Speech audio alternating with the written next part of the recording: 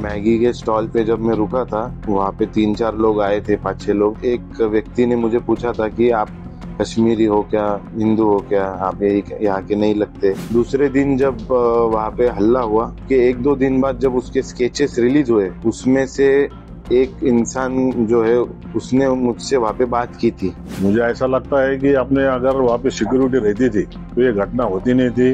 तो मेरी सरकार से गुजारिश है कि उन्होंने ध्यान रख के सुरक्षा व्यवस्था और कड़क करना चाहिए वहाँ पे। जिस दिन मैं ऊपर मतलब 21 तारीख को अब मैं घोड़ा लेके ऊपर गया था और मैगी के स्टॉल पे जब मैं रुका था, तो मुझे कुछ लोगों ने, वहाँ पे 3-4 लोग आए थे, 5-6 लोग। उसमें से एक व्यक्ति ने मुझे पूछा था कि आप कश्मीरी हो क्या, हिंदू हो क्या, आप यहाँ के नहीं लगते। मैंने उनको बताया था कि नहीं, मैं यही का हूँ। और उसके बाद उनमें ऐसा मतलब वो बात चल रही थी कि आज यहाँ पे भीड़ बहुत कम है, ऐसा वो बोलकर वहां से निकल गए। और वहां पे नेटवर्क नहीं था, तो मैंने वो मैगी वाले का नंबर लिया था और वो नीचे आके मैंने उनको पेमेंट किया। दूसरे दिन जब वहां पे हल्ला हुआ और उसके 1-2 दिन बाद जब उसके स्केचेस रिलीज हुए, तो मैंने मेरे पिताजी को बताया कि इन्होंने जो एजेंसीज ने जो स्केचेस रिलीज किए, उसमें से एक इंसान जो है उसने मुझसे वहां पे बात की थी। तो मेरे पिताजी ने मुझे बताया कि हमने इसको रिपोर्ट करना चाहिए, इसलिए हमने ईमेल से एनआईए को इसकी इंफॉर्मेशन दी है।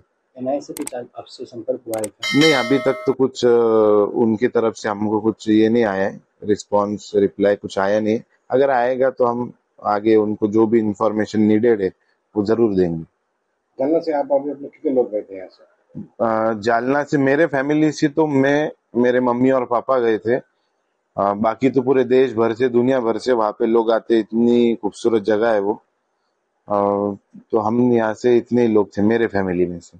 और ये जो घटना अभी आपको मालूम हुई, तो वो टाइम में अभी आपको क्या लगा?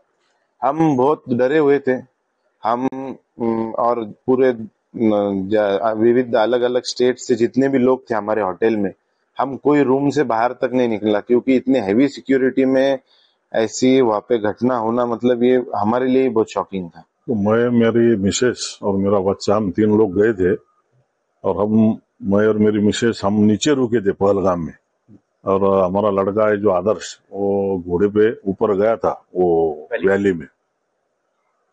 तो उसने आने के बाद में जो हमको बताया कि वहाँ पे गार्ड वगैरह कुछ भी नहीं थे, ना आर्मी के लोग थे, ना पुलिस के थे, ना कुछ थे। मुझे ऐसा लगता है कि अपने अगर वहाँ पे सिक्योरिटी रहती थी तो ये घटना होती नहीं थी। इतने लोग जो वहाँ पे मर गए वो नहीं मरते थे। तो मेरी सरकार से गुजारिश है कि उन्होंने ध्यान रख के सुरक्षा व्यवस्था और कड़क करना चाहिए वहाँ पे। जहाँ जहाँ टूरिस्ट लोग जाते हैं वहाँ पे सुरक्षा व्यवस्था देनी चाहिए।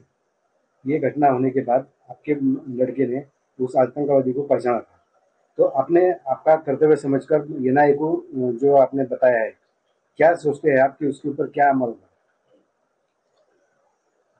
अभी वो जो दूसरे तीसरे दिन जो स्केच आए थे उनके टेररिस्ट के, तो मेरे बच्चे ने वो देख के मुझे बताया कि पापा इसमें का एक था जो उसने मेरे से वहां पे बात किया था। तो मैं बोला बेटा अपना भी कर्तव्य है कुछ, अपन उनको मालूमात देना चाहिए जो अपने को जो मालूम है वो। तो फिर उसने वो ईमेल पे एनआईए को मालूमात वो सब दी थी। आपको जब मालूम हुआ ऐसा हमला वहाँ पे अरेंज हुआ है, तो आपको क्या लगा? क्योंकि एक दिन पहले आप वहीं पे थे। बहुत बुरा लगा। और हम तो बच गए समझो हमारे माँ बाप के आशीर्वाद से, मगर जो लोग गए उनके बारे में बहुत सोच के दुख लगता है। और ऐसा लगता है कि ऐसी घटना नहीं होनी चाहिए।